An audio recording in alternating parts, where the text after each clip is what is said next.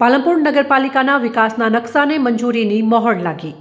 પાલનપુર નગરપાલિકાનો હદ વિસ્તાર વધતા વિકાસ નકશો મંજૂરી માટે મૂકવામાં આવ્યો હતો, જેના પર સરકાર દ્વારા મંજૂરીની મહોર મારવામાં આવી છે,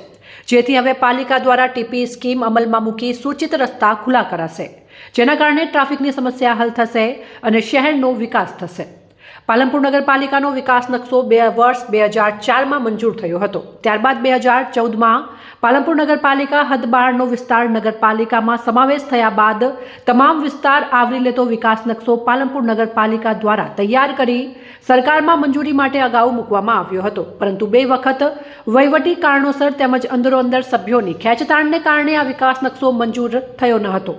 ત્યારબાદ આખરી વર્ષ 2022માં વિકાસ નકશો પાલિકા દ્વારા તૈયાર કરી વાંધા અરજી મંગાવીને તે તમામ વાંધા અરજીઓના સૂચનો સાથે તેમજ પાલનપુર શહેરની ભૌગોલિક પરિસ્થિતિ, વિકાસની દિશા તેમજ સ્થાનિક જરૂરિયાતને ધ્યાનમાં લઈને પુનઃ વિકાસ નકશો મંજૂરી અર્થે મોકલવામાં આવ્યો હતો, જેના પર મંજૂરીની મહોર લાગી ગઈ છે। આ અંગે ટીપી કમિટીના ચેરમેન કવિતાબેન પ્રજાપતિ તેમજ junior town planar Deepbhai Joshi સહિતના સ્ટાફની મહેનતના અંતે વિકાસ નકશો મંજૂર થતાં આગામી સમયમાં પાલનપુર નગરપાલિકા દ્વારા ટીપી સ્કીમ મૂકવામાં આવશે।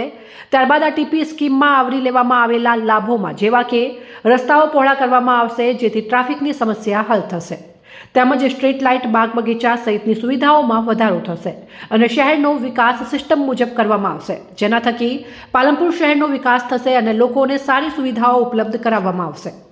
આજનો દિવસ પાલનપુર વાસીઓ માટે ખૂબ જ ખુશીનો દિવસ છે, આનંદનો દિવસ છે। છેલ્લા ઘણા વર્ષોથી આપણો વિકાસનો નકશો સરકારશ્રીમાંથી મંજૂર થયેલ ન હતો અને પાછલા વર્ષોમાં 2 વખત ટેકનિકલ કારણોસર તે પરત આવેલો હતો। ત્યારબાદ પાલનપુરની ભૌગોલિક પરિસ્થિતિ, વિકાસની દિશા અને સ્થાનિક પરિબળોને ધ્યાનમાં લઈ અને અમે વિકાસનો નકશો સરકારશ્રીમાં મંજૂર અર્થે પરત મોકલેલ હતો। ત્યારે અમારી સમક્ષ મારા મિત્ર વર્તુળ, એન્જિનિયરો અને બિલ્ડરો દ્વારા એક ખુલ્લી ચેલેન્જ મૂકવામાં આવી હતી, તમે તમારો વિકાસનો નકશો સરકારશ્રીમાંથી મંજૂર કરાવી શકશો નહીં, પરંતુ મેં પણ નક્કી કરેલું હતું કે હું મારી ટર્મમાં જ પાલનપુર વાસીઓને વિકાસનો નકશો સરકારશ્રીમાંથી મંજૂર કરીને લાવી બતાવીશ। મેં મારી ટીમ સાથે ગાંધીનગર સરકારશ્રીના વિભાગમાં મારા નગરપાલિકા પદાધિકારીઓ, નગરપાલિકા પ્રમુખશ્રી અને ધારાસભ્ય શ્રી અનિકેતભાઈ ઠાકર સાહેબ સાથે ગાંધીનગર વિભાગશ્રીમાં વારંવાર રૂબરૂ મુલાકાત લીધી અને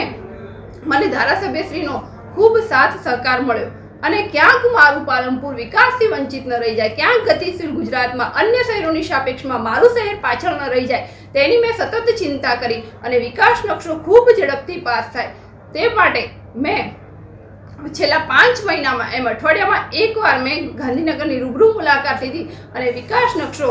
મંજૂર થાય તે માટે મેં ખૂબ મહેનત કરી છે અને આજે ગુજરાત સરકાર દ્વારા વિકાસ નકશો પ્રસિદ્ધ થયેલ છે, એટલે કે મંજૂર થયેલ છે। તે બદલ હું ગુજરાતના મુખ્યમંત્રી શ્રી ભૂપેન્દ્રભાઈ પટેલ સાહેબ, માનનીય ધારાસભ્ય શ્રી અનિકેતભાઈ ઠાકર સાહેબ, નગરપાલિકાના પ્રમુખશ્રી અને જિલ્લાના પદાધિકારીઓ તેમજ મારા સાથી સભ્યશ્રીઓ અને મારી ટાઉન પ્લાનિંગ શાખાના અધિકારીશ્રીનો ખૂબ ખૂબ આભાર માનું છું। જય ભારત, જય હિન્દ।